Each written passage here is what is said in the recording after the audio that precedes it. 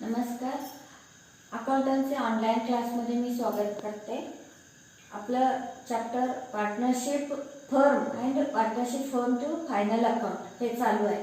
आज आपल्याला final अकाउंट्समधलं adjustment बघायचं आहे. फायनल अकाउंटमधलं नेक्स्ट टॉपिक आहे ॲडजस्टमेंट. हा ॲडजस्टमेंट फायनल अकाउंटची प्रॉब्लेममध्ये खूप इम्पॉर्टंट आहे. ॲडजस्टमेंट 2-3 टाईप असू शकतात. ॲडजस्टमेंट म्हणजे काय आधी समजून घ्या, मग त्याचं किती टाईप्स आहेत ते बघूया.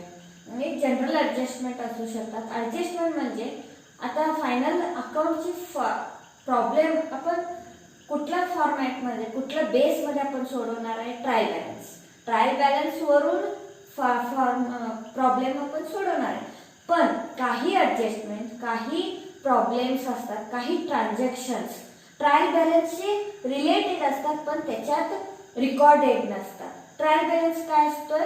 एका इयरचं, एका वर्षाचं. ते कुठल्या वर्षाचं असतोय? त्याच वर्षाचं आपण फायनल अकाउंट काढायचं असतोय.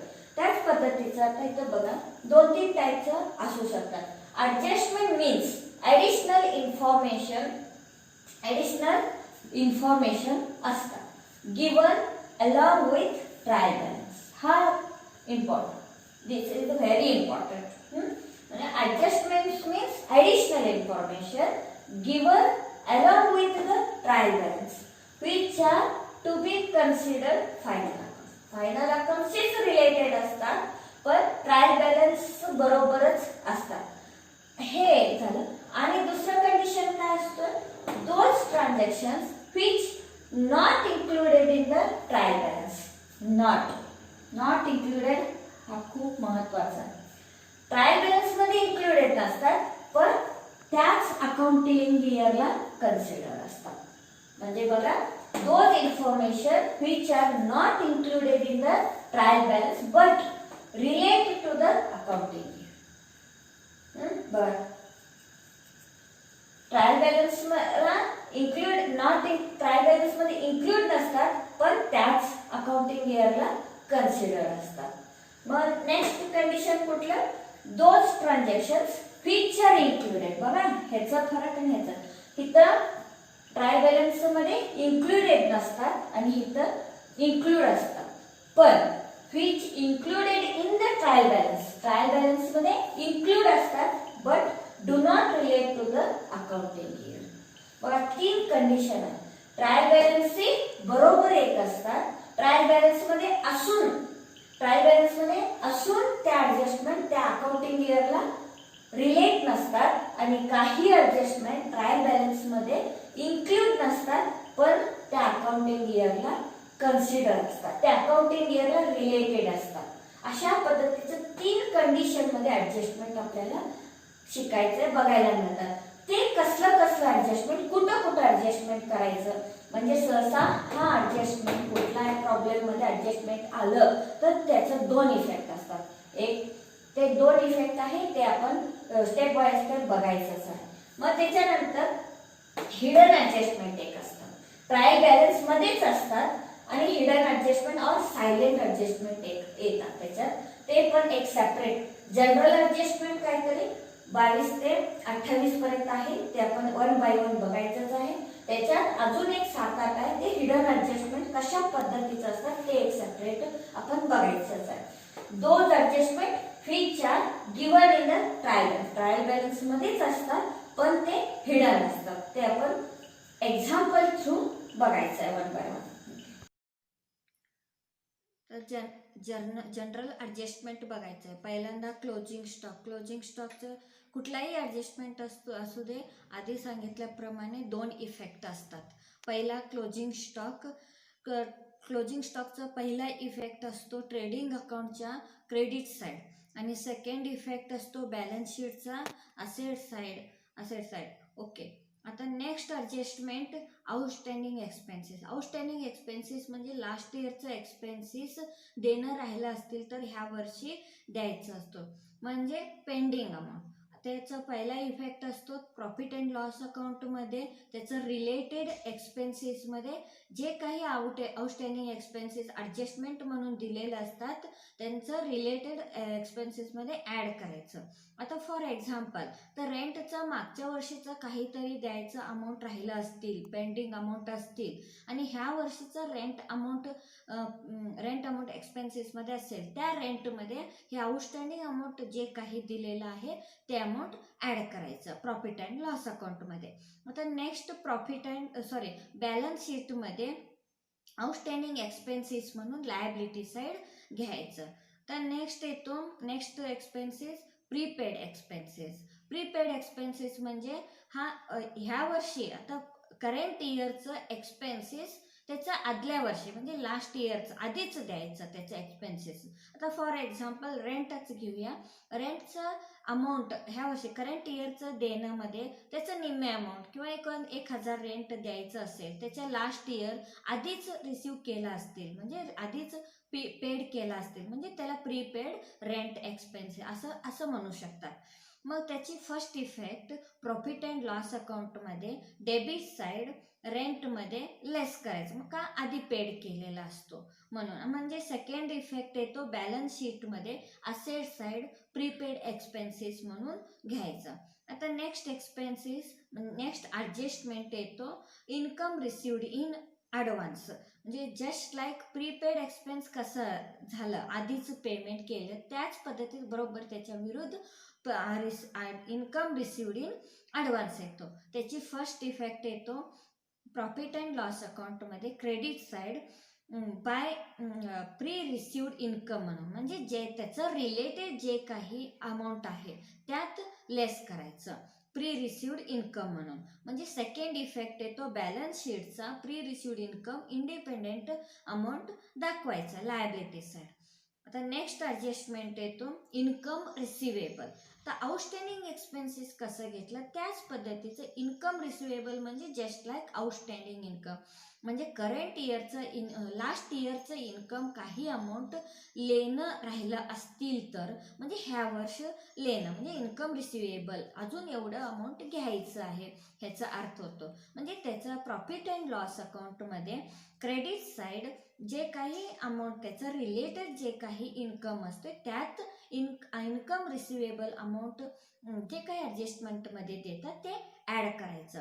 आता सेकंड इफेक्ट येतो बॅलन्स शीटचा असेट साईड इन्कम रिसिवेबल म्हणून घ्यायचं. नेक्स्ट ॲडजस्टमेंट येतो बॅड डेट्स ट्रायल बॅलन्समध्ये पण बॅड डेट्स दिलेले असतात आणि त्याच्याबरोबर ॲडजस्टमेंटमध्ये पण बॅड डेट्स दिला असतील तर त्या बॅड डेट्सला न्यू बॅड डेट्स म्हणतात. त्याची first effect profit and loss अकाउंटमध्ये ओल्ड बॅड डेट्स म्हणजे ट्रायल बॅलन्समध्ये दिलेल्या अमाऊंटला त्याला ओल्ड बॅड डेट्स म्हणायचं आणि न्यू बॅड डेट्सला ॲड करायचं, न्यू बॅड डेट्स म्हणून ॲड करायचं. त्याच्यानंतर सेकंड इफेक्ट येतो बॅलन्स शीट सन्ड्री डेटर्समध्ये लेस न्यू बॅड डेट्स असं करायचं असतं. त्याच्यानंतर नेक्स्ट येतो provision for doubtful debts or RDD म्हणून. म्हणजे ह्याचं पण बॅड डेट्स सारखंच old bad debts new bad debts कसं घेतलं त्याच पद्धतीनं ओल्ड RDD न्यू RDD ह्या पद्धतीचा असतो. म्हणजे ट्रायल बॅलन्समध्ये जे काही RDD अमाऊंट देतात ते ओल्ड RDD झालं आणि ॲडजस्टमेंटमध्ये जे काही देतात म्हणजे provision for doubtful debts or RDD त्याला न्यू RDD म्हणायचं. त्याचा first effect profit and loss अकाउंटमध्ये डेबिट साईड टू RDD म्हणून घेतो. मग त्याच्यानंतर बॅलन्स शीटचा सेकंड इफेक्ट बॅलन्स शीटमध्ये डेबिट साईड डेटर्समध्ये RDD लेस करायचं, जे काही RDD जे काही प्रोव्हिजन्स आहे ते सगळं लेस करायचं. आता नेक्स्ट ॲडजस्टमेंट येतो reserve for discount on debtors. काही वेळा डिस्काउंटसाठी डेटर्ससाठी रिझर्व ठेवलेलं मध्ये त्याच्यात काही अमाऊंट डिस्काउंट देत असतात. त्याच्या फर्स्ट इफेक्ट येतो प्रॉफिट अँड लॉस अकाउंटमध्ये डेबिट साईड. आता नेक्स्ट बॅलन्स शीटचा आता हे डिस्काउंट ऑन डेटर्सशी रिलेटेड आहे म्हटल्यावर डेटर्समध्ये जे काही अमाऊंट डिस्काउंट दिलेला आहे तेवढा अमाऊंट लेस करावा लागतो.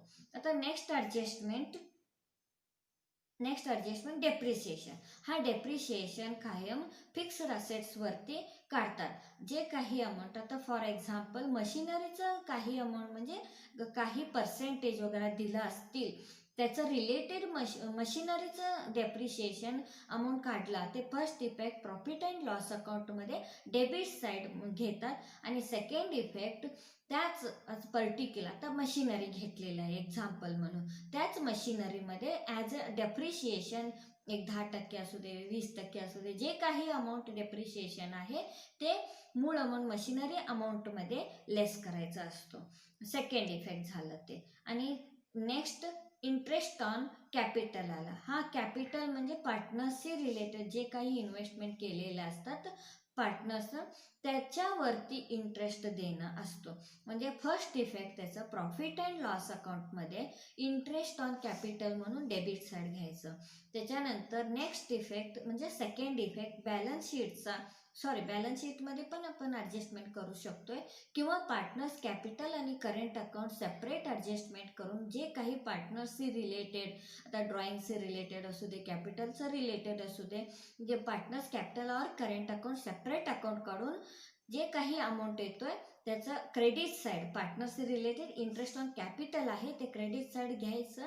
मग जे काही शेवटला अमाऊंट येतो म्हणजे बॅलन्स येतो ते बॅलन्स शीटलाच आपोआप घेत असतो. आता नेक्स्ट येतो ॲडजस्टमेंट इंटरेस्ट ऑन ड्रॉइंग्स. आता मागाशी सांगितल्याप्रमाणे इंटरेस्ट ऑन कॅपिटल कसं होतं त्याच पद्धतीने इंटरेस्ट ऑन ड्रॉइंग हे पण पार्टनरशी रिलेटेड असल्यामुळं ते जे काही अमाऊंट इंटरेस्ट ऑन ड्रॉइंग आहे ते first effect profit and loss अकाउंटमध्ये क्रेडिट साईड येतो. आता सेकंड इफेक्ट पार्टनर्स कॅपिटल और करंट अकाउंटमध्ये, म्हणजे हा पार्टनरशी रिलेटेड असल्यामुळं फक्त ह्या ड्रॉइंग असल्यामुळं हा डेबिट साईड ॲडजस्टमेंट करावं लागतं.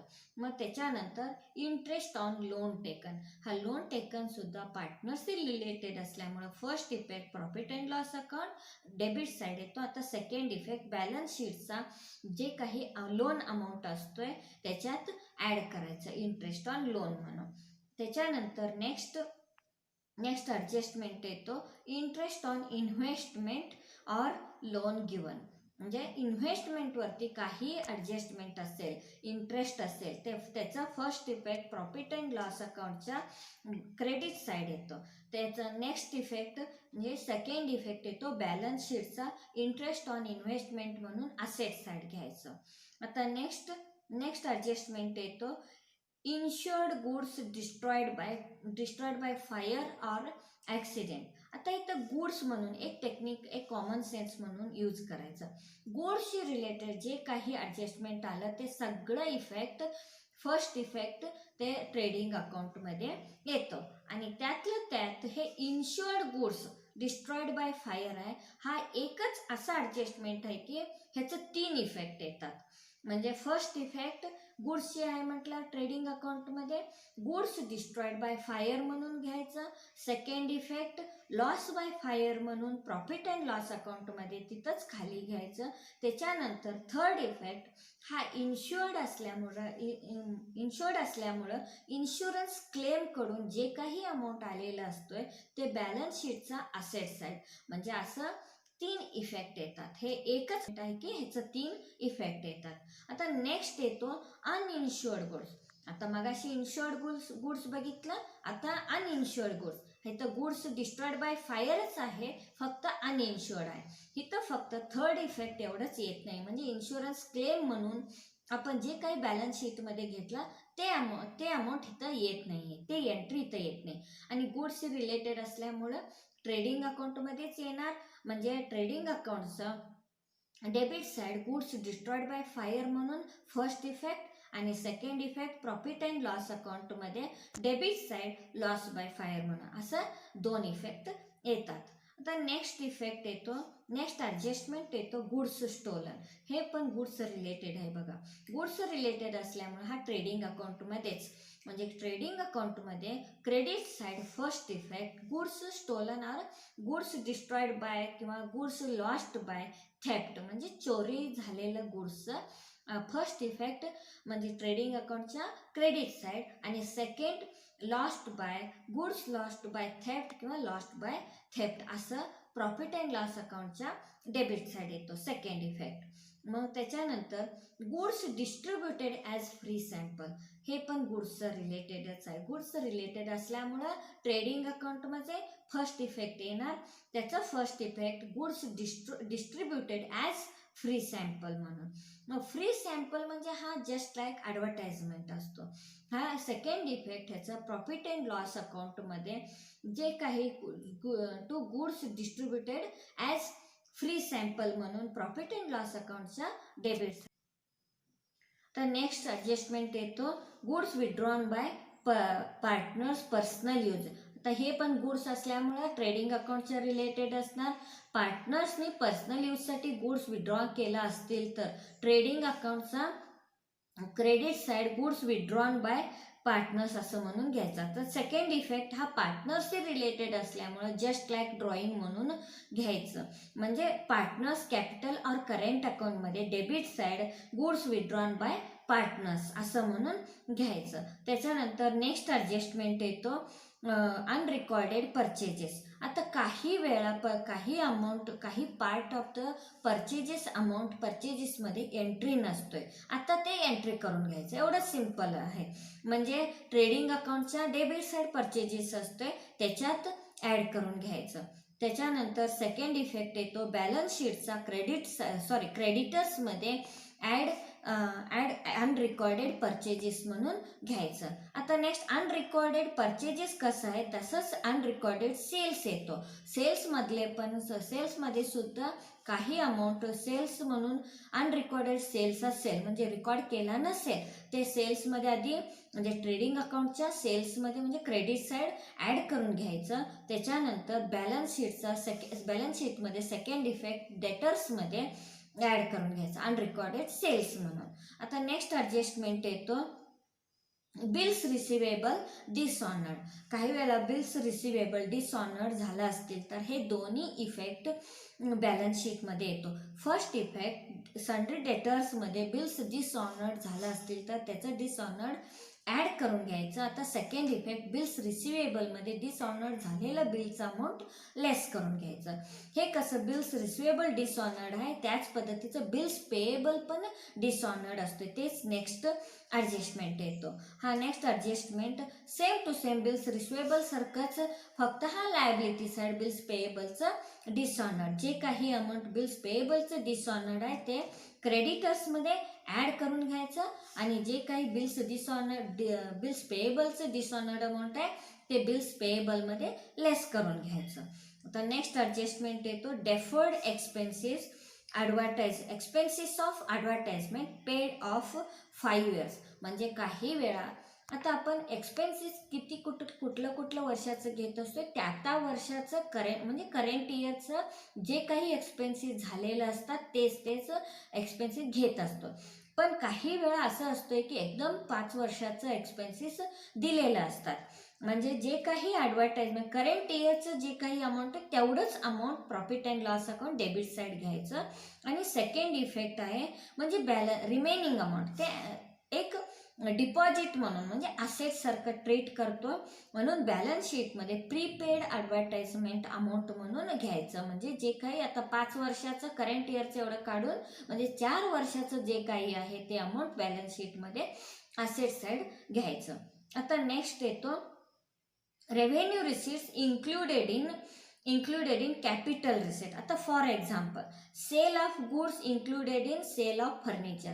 आता दोन्ही सेल आहे, गुड्सची सेल आणि फर्निचर असू दे, जे काही अमाऊंट ते फर्निचरच्या अमाऊंटमध्ये काही वेळा ॲड झालं असतील तर ते सेल्सच रिलेटेड असतं म्हणून ते सेलमध्ये ॲड करायचं. म्हणजे चुकून ते फर्निचरमध्ये ॲड झालेलं असतं त्याचं फर्स्ट इफेक्ट सेल्समध्ये ॲड करून घ्यायचं आणि सेकंड इफेक्ट बॅलन्स शीटमध्ये असेट साईड फर्निचरमधनं लेस करून घ्यायचं. आता नेक्स्ट येतो commission to partners as percentage of profit or profit sharing रेशोमध्ये. म्हणजे प्रॉफिट जे काही पर्सेंटेज रिलेटेड टू पार्टनर्स आहे ते प्रॉफिट अँड लॉस अकाउंटमध्ये म्हणजे just like it is commission to partners म्हणून फर्स्ट इफेक्ट म्हणून घ्यायचं. त्याच्यानंतर हा पार्टनर्सशी रिलेटेड असल्यामुळं पार्टनर्स कॅपिटल ऑर करंट अकाउंटमध्ये credit side commission as a partner किंवा कमिशन टू पार्टनर्स म्हणून घ्यायचं सेकंड इफेक्ट. आता हे झालं टोटल 21 ॲडजस्टमेंट. हा जनरल ॲडजस्टमेंट आहे. इथून पुढं अजून एक 10-12 आहे हिडन ॲडजस्टमेंट. ते नेक्स्टच्या व्हिडिओमध्ये आपण बघू.